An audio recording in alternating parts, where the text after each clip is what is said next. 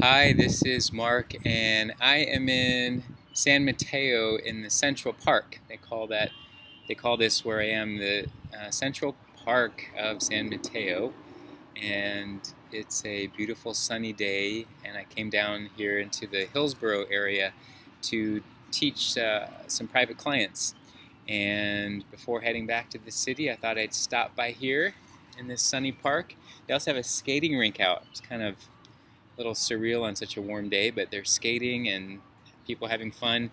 And now I'm doing the reading from the Golden Present, Daily Inspirational Readings by Sri Swami Satchidananda. And this is the reading for December 16th, just 4 more days to complete this 365-day project. So this must be video 361. All right, and the topic is everybody is needed. Only timid people get intimidated. If you don't want to be like that, don't compare yourself with others. You are what you are. Everybody is needed to make the whole drama, the cosmic play. Everybody. The king is needed, the queen is needed, the gatekeeper is needed, the hero is needed, the villain is needed. Is it not so? A play has every role. Probably you are just acting your part. So if you are a gatekeeper standing in front of the gate while the king is sitting on the throne, why should you feel intimidated? Without you, the play can't be enacted. It is only during the play that you are here and he is there. When the curtain falls, you embrace each other and laugh at it. Hey, you did very well playing the part of a king. We all have to play our roles. What is unimportant in the world? Nothing. God has never created anything that is unimportant. If you think, I am also equally God's child, He created me like this, I am happy to be like this, how can anyone intimidate you? It's your own wrong notion about yourself. You think little of yourself. You don't think you are potentially divine. You don't think that you are the child of God, created by God. If you are a lion cub and if you forget that and bleat like a lamb, who can help you? Rise up, exert your birthright, affirm your true nature. I am that I am. I am nothing less than God, my Father. Then, even if someone says, hey, you are a fox, you will say, maybe that's what you see. I know I am a lion. Yes, that's what.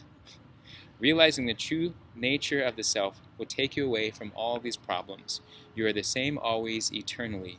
You are that immortal soul, nothing less than that. All other things are just temporary. That is what you call the highest knowledge. Everybody is needed. Sometimes it feels like there are certain people that are not needed.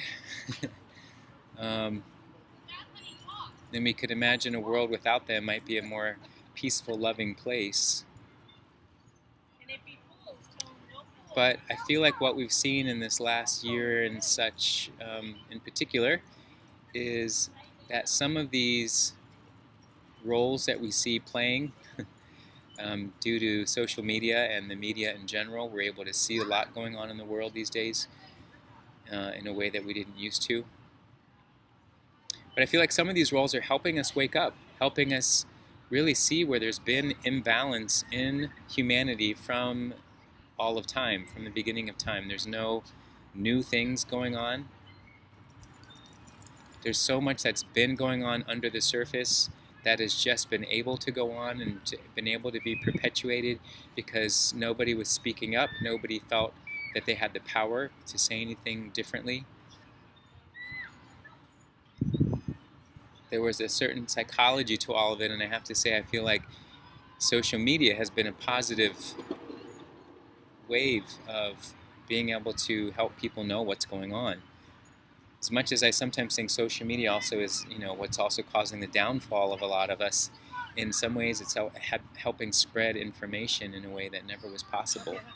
And maybe more and more people can be waking up from the deep sleep that I feel like a lot of people tend to be in. I've been in, all of us have some area where we're a little bit asleep.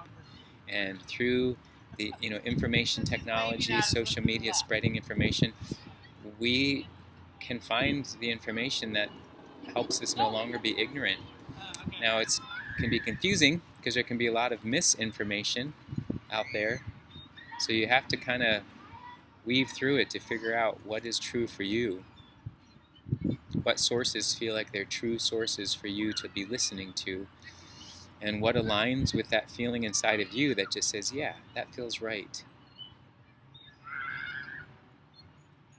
I was just involved in a satsang last night about Hanukkah, and we were speaking about how some religions will say, you know, this is right, or we are a special people, or only these people are going to get this and those people don't get this. And this woman mentioned how she always felt as a child that just didn't seem right. Something didn't feel right. And when she found yoga, and integral yoga in particular, there was a slogan, truth is one, paths are many. She felt like, yes, that feels right. And for me too, that drew me in when I saw that motto for integral yoga, which is not, you know, unique. That concept isn't just unique to integral yoga. Many other spiritual paths align with that type of thinking. We are all connected. You know, it's our limited minds and our egos that choose to say, no, I'm not like that. That person is wrong. This person is right.